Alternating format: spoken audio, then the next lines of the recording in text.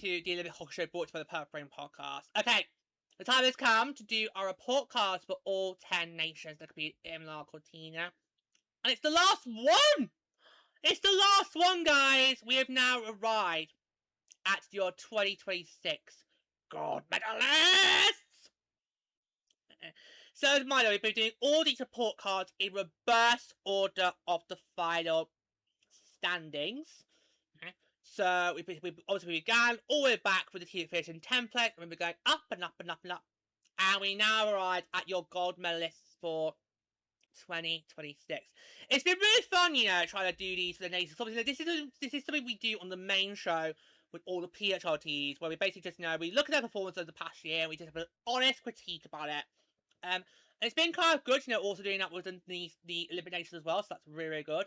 Yes, it's been exciting. So, it's time for your gold medalists, which of course was Team USA!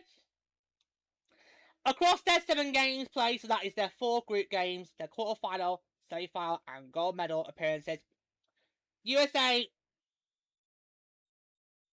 had 6 regulation wins, 1 overtime win, no overtime losses, and no regulation losses. We practically went undefeated. A little bit of music there for you guys. A total goal differential, 33 goals scored, only 2 conceded. That's a goal differential plus 31 for a total of 20 points. And let's just get straight into that. So, honestly, as you guys know, I am Team USA through and through on the women's side, just as Lady is and also Pluto. And it was just so exciting, you know, to see this roster, you know, the 3 of us had really good buys about this roster going into the Olympics. Not just because we were on the back of a World Championship gold, and also had a lot of good confidence boosts going after the rivalry series. But we just kind of felt the roster had a very good mixture of PHL veterans who have had a couple of Olympics on their belts, and also a couple of PHL seasons on their belts, and also the young guns. So people like Caroline Harvey, KK, Leah Edwards, who of course would later get drafted into the PHL back at the draft in Detroit. You also had, you know, Joy Dunning there as well, who could be a few years away from declaring herself towards the PHL. So you had this really good balance of, you know, the young blood and the veterans. And I felt that's the kind of roster you need if you want to stand a very good chance of succeeding. That was where Canada went wrong. And it also what made our roster exciting is a lot of those prospects we could potentially see them declare for the entry draft in a few months' time. That is what is so exciting about each Olympic cycle going forward. Is chances are I could be seeing some players on Team USA who, in a few months later, might be declaring themselves eligible for the entry draft and might potentially want you know, get on the Frost roster. Who knows? Yes, that's what makes it so exciting. So it felt very good. And of course, the net mining tandem of Gwyneth Bett and Aaron Frankel, we just knew it was going to be them. That tandem did wonders for us, you know, back in Czechia at the Worlds last year, and we just had so much confidence with that going into it. We kind of thought Aaron Frankel would be seen as the starter, and Gwyneth Phillips would be the backup. And what I'm really pleased is how well we handled that tandem, because a lot of nations didn't really handle the tandem system as well. Looking at you, Troy Ryan, Canada, looking at you. And I felt it was really good that we gave Gwyneth Phillips the game against Switzerland, because we knew 24 hours later we were going to be going up against Canada, and it probably was best to put the netminder who you think is going to be you're going to put in the gold medal game for that group game, rather than, you know, run the risk of having a back-to-back with the same netminder. So I thought Gwyneth Phillips played excellent in that game against Switzerland. She got a shutout. So here's irony. Gwyneth Phillips, despite only having 1 game, gets a shutout, whereas Aaron Frankel, who played all but 1 tournament, did concede goals. But I think what's impressive about TSA is got to be the defense. I think this has got to be one of the best defenses I've seen from Team USA in my now 5 Olympics with the program. Okay. You know, to only give up, like, 2 goals, that is just incredible. And technically, we only gave up 1 goal in the whole of the group games, because we shut out Finland, we shut out Switzerland, and we even shut out Canada in the groups. Now that was crazy, because I've been going into that Canada game. I think me and Lady Pill, we were kind of about, okay, this is where Arafal's going to get really tested. This is going to decide who wins the group. Expect Canada to try and put a few goals in the back of the net, which they have done in previous group games in the past, whether it be Olympics or Worlds. And yet Canada just didn't do that. Like, I don't know what happened with Canada in that game, but, somehow the USA just played offense and, ran Canada to the ground. So it was crazy. So we only conceded 1 goal in the groups, and it was in that first game of the tournament, back on February the 5th, against Czechia. Now, it's kind of like, it was one of those goals that's like, okay, yeah, you can have one. You can have one, just not more after that. Yeah, but obviously that goal that Cristiano got in the goal game, that was kind of a blink and you miss it, because literally, and I've said this a lot since that game, that goal match literally happened so fast. You dare not move to go and get a drink or something, because chances are you will probably end up missing something. It was like a blink and you miss. The action was so intense in that game. It just happened so fast. You just couldn't really keep up with what was going on in that game. But what I feel was good about TSA in that game was how, even though it stayed 1-0 Canada for a large proportion of the time, they never really panicked. They were never really frustrated. And also, Canada didn't really build on that lead, did they? They didn't take any more chances after that. But also, Harry Knight got that goal. The relief on our face, it was just like, ooh! It was one of those moments. It kind of reminded us three of Game 2 of last year's World Cup finals, where we're kind of like, okay, we've tied it, but we know we're about to go to OT. But it's like, we'll take the overtime. We'll take our chances in overtime, And that was kind of that situation there. Harry Knight obviously getting that goal, to complete her Olympic career. Or at least we think it is.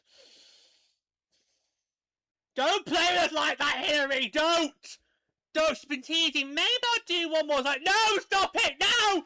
I can't go through that again in the Alps in 4 years' time. We're fine enough to go through it with Milano-Cortina. No, not again! No! No! But obviously, those moments for TSA, that goal again, here I get the goal. Sorry, getting the tying goal to say, which is kind of like a goal for her, because it meant that she got to surpass, the all-time records for TSA. But when she got that tying goal, there we go. When she got that tying goal, it kind of felt like a goal, because she just knew, okay, this is it. We've got a chance now to get back in the game and win what rightly should be ours.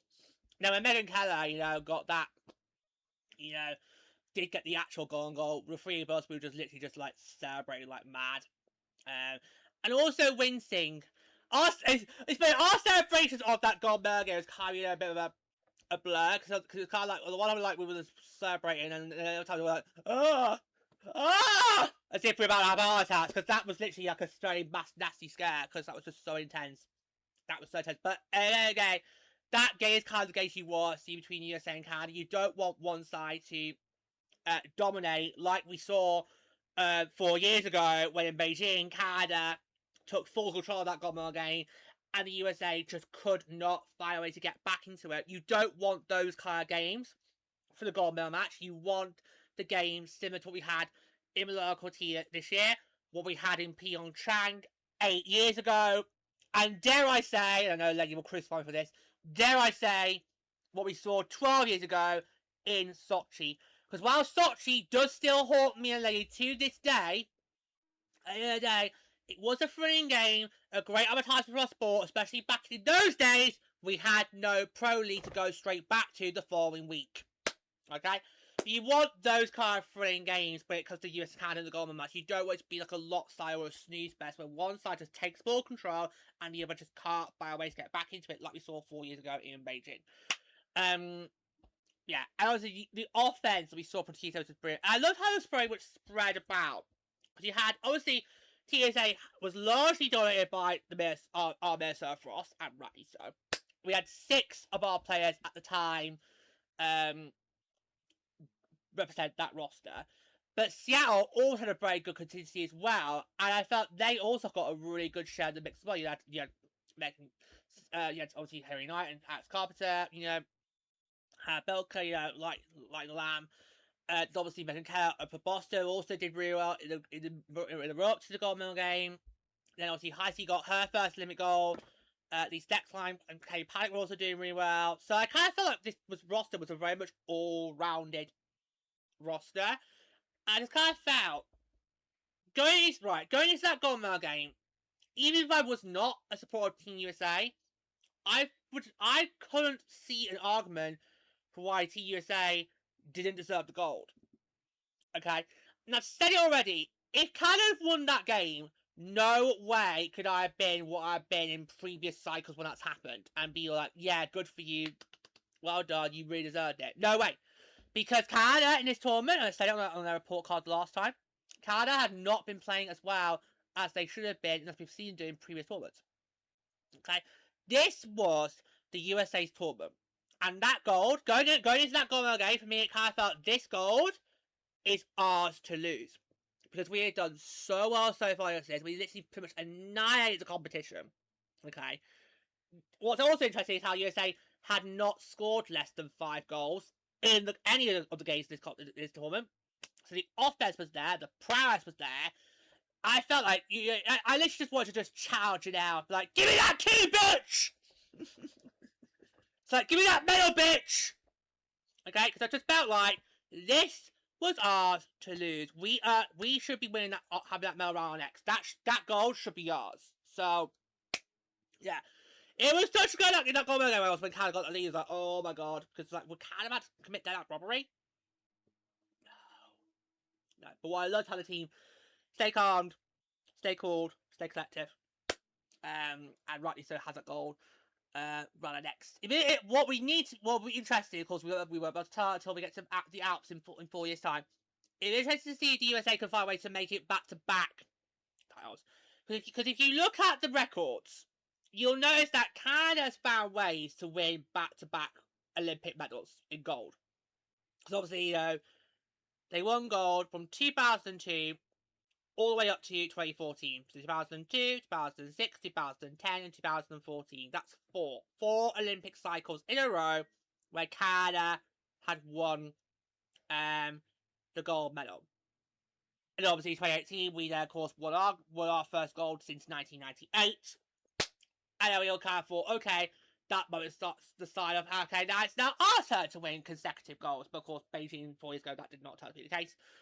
So I would like to see the USA be able to make it back-to-back titles, because we know Canada can do it. Why can't we? Why for the USA has it always got to be like a once in a blue moon, or every time there's an eclipse, that they win gold? So that's just look at going forward. But honestly though, their net minding. Wow. Aaron Frankel is just impressive. And, for me this year, she absolutely earned her way to gold 10 of the year. I basically said that gold should be hers since December.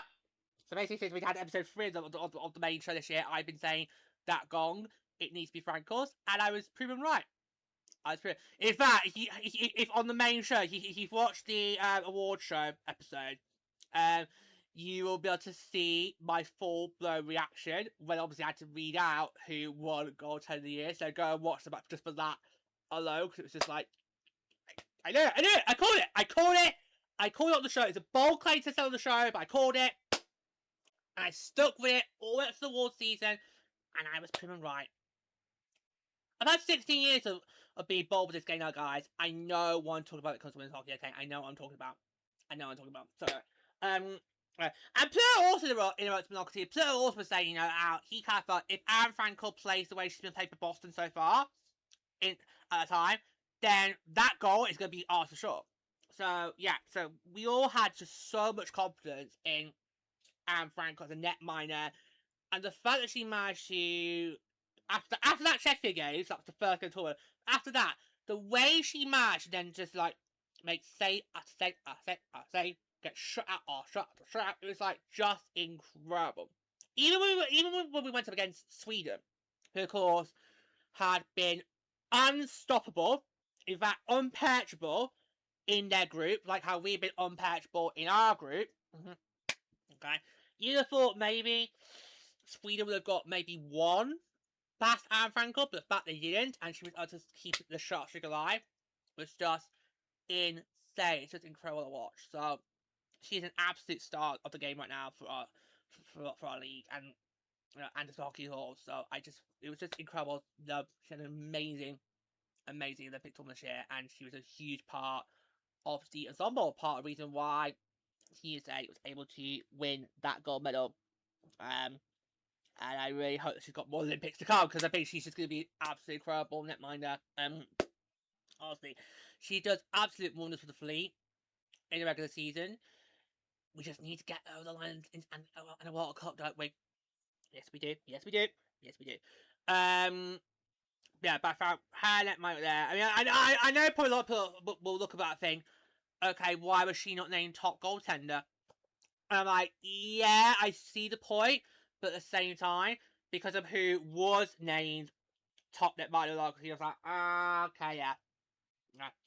I think if anybody other than Andrea Brady was named over Aaron Frankel in that category, then I probably would have joined the hissy fit. But because I literally,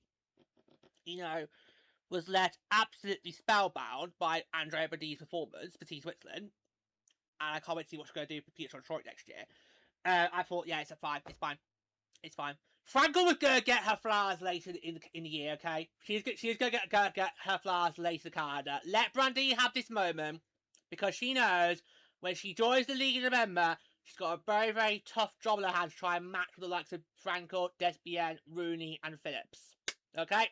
So we can let Brandy have her moment here, but because later in the year, Frankel's going to get her gong, and rightly so. And of course, she's also the first goaltender in the PHL to win MVP for the league. So it can be done by netminers. I'm not sure it's been happen much in the AHL, but it can be done. It can be done. Netminers can win MVP in the league. So there you go. Yeah. Honestly, I think of the 5 Olympic tournaments I've been involved now with women's hockey, I think this is going to be the most impressive performance I've seen from Team USA as a whole. Because even though we go back to that gold medal roster in Pyeongchang, there were cracks in that roster. There were cracks. There were times when it didn't look like they were performing on all seasons. In fact, we can go back to that. We can look back on that, and you will find. So just give me 2 seconds while I just load up the stats, the records. Okay, so just as a comparison. Okay. Yeah. So if you go back to Pyeongchang, Canada in the groups in Pyeongchang outperformed the USA. Canada in those group stages literally showed us why they were the reigning Olympic champions and had been so the last four cycles. Yeah. It took the USA a while to really, find their groove.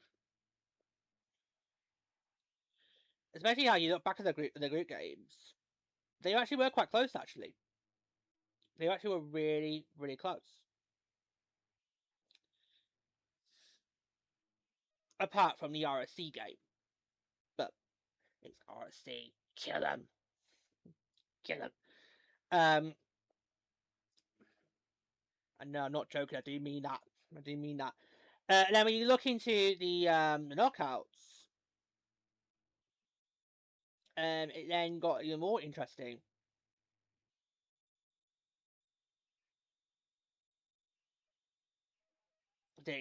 Because they blew out Finland.